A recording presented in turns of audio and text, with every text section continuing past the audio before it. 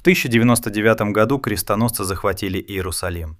Они убивали всех – мусульман, иудеев, даже христиан других обрядов. Улицы были залиты кровью. Очевидцы писали, что кровь доходила людям до колен. Прошло почти 90 лет. И один человек сделал то, что казалось невозможным. Он вернул святой город, без резни, без мести, без поголовного истребления. Его звали Салах ад-Дин Юсуф ибн Аюб. Его враги называли его Саладином, а история назвала его величайшим. Это его история. Салахуддин родился в 1137 году в Тикрите, на территории современного Ирака. Он был курдом, сыном военного чиновника по имени Аюб. Никто не предсказывал ему великого будущего. Его семья была уважаемой, но не знатной. Отец служил правителем, а не сам правил. Юность Салахуддина прошла в Дамаске. Он учился, читал Коран, изучал право и богословие. По характеру он был скромным и задумчивым, не похожим на будущего завоевателя. Его дядя Ширкух был военным командиром на службе у правителя Сирии Нур-ад-Дина. Именно через него молодой Салахуддин впервые оказался на войне. Ему было около 26 лет, когда судьба сделала первый поворот. В 1163 году в Египте началась борьба за власть. Слабеющий халифат фатимидов, шиитская династия, правившая Египтом, трещал по швам. Крестоносцы хотели воспользоваться хаосом и захватить страну. Нур-ад-Дин отправил Ширкуха с армией в Египет, защитить страну и установить там свое влияние. Вместе с дядей поехал и Салахуддин. 3 военные кампании, 3 года. Невероятное напряжение. В 1169 году Ширкух стал визирем Египта, фактически вторым человеком после халифа. Но через 2 месяца дядя умер, и Салахуддин, которому не было еще и 32 лет, занял его место. Многие думали, молодой, неопытный, не продержится. Они ошибались.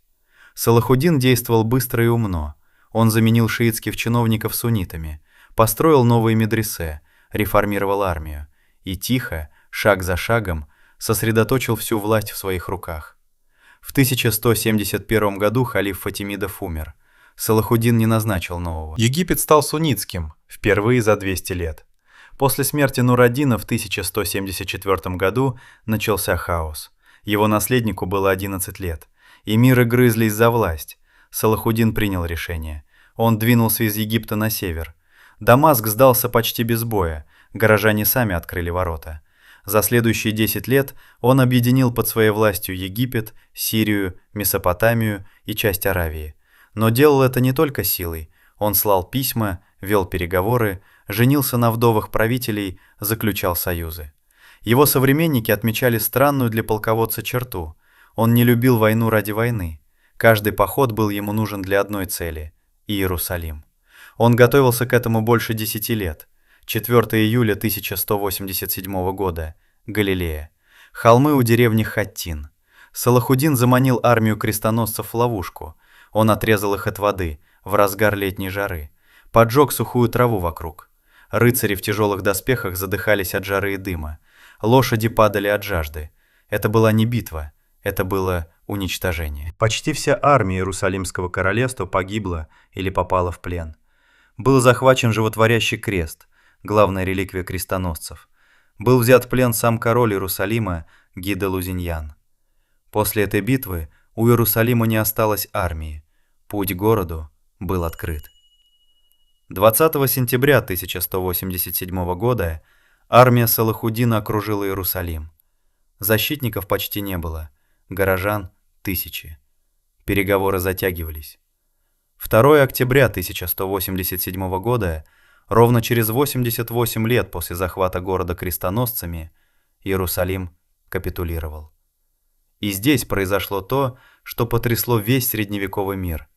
Салахуддин не допустил резни. Он лично следил за тем, чтобы ни один мирный житель не пострадал.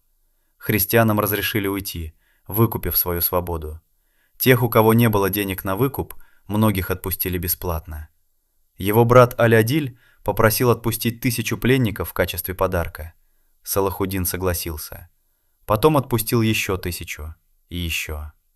Латинский патриарх Иерусалима ушел из города с повозками, полными золота. Салахуддин смотрел и не тронул ничего. Его советники были в ярости. «Это же богатство!» Он ответил: Я не хочу, чтобы христиане говорили, что мусульмане нарушают слово. Европейские хронисты, враги Салахуддина, писали о нем с восхищением. Один из них заметил: он был великодушнее, чем многие христианские государи. Взятие Иерусалима потрясло Европу. Папа Григорий VIII объявил Третий крестовый поход. В 1191 году на берег Палестины высадился Ричард I английский, Ричард Львиное Сердце, один из самых грозных воинов своего времени.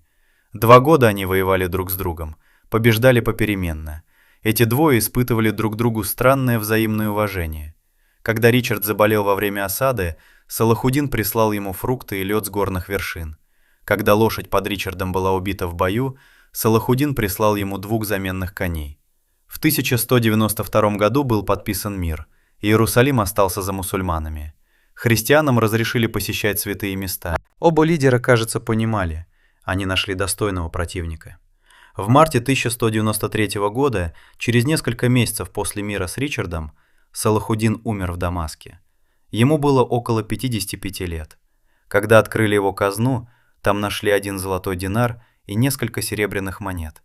Человек, правивший половиной мусульманского мира, не оставил денег даже на собственные похороны. Все, что он получал, он раздавал. Его похоронили в Дамаске. Гробница стоит там до сих пор.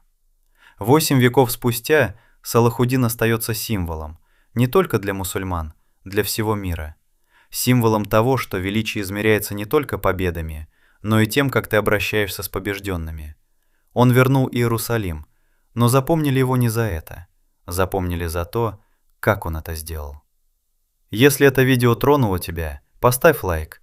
Это помогает каналу рассказывать такие истории дальше. Подпишись. Впереди еще много великих людей и великих историй. До встречи.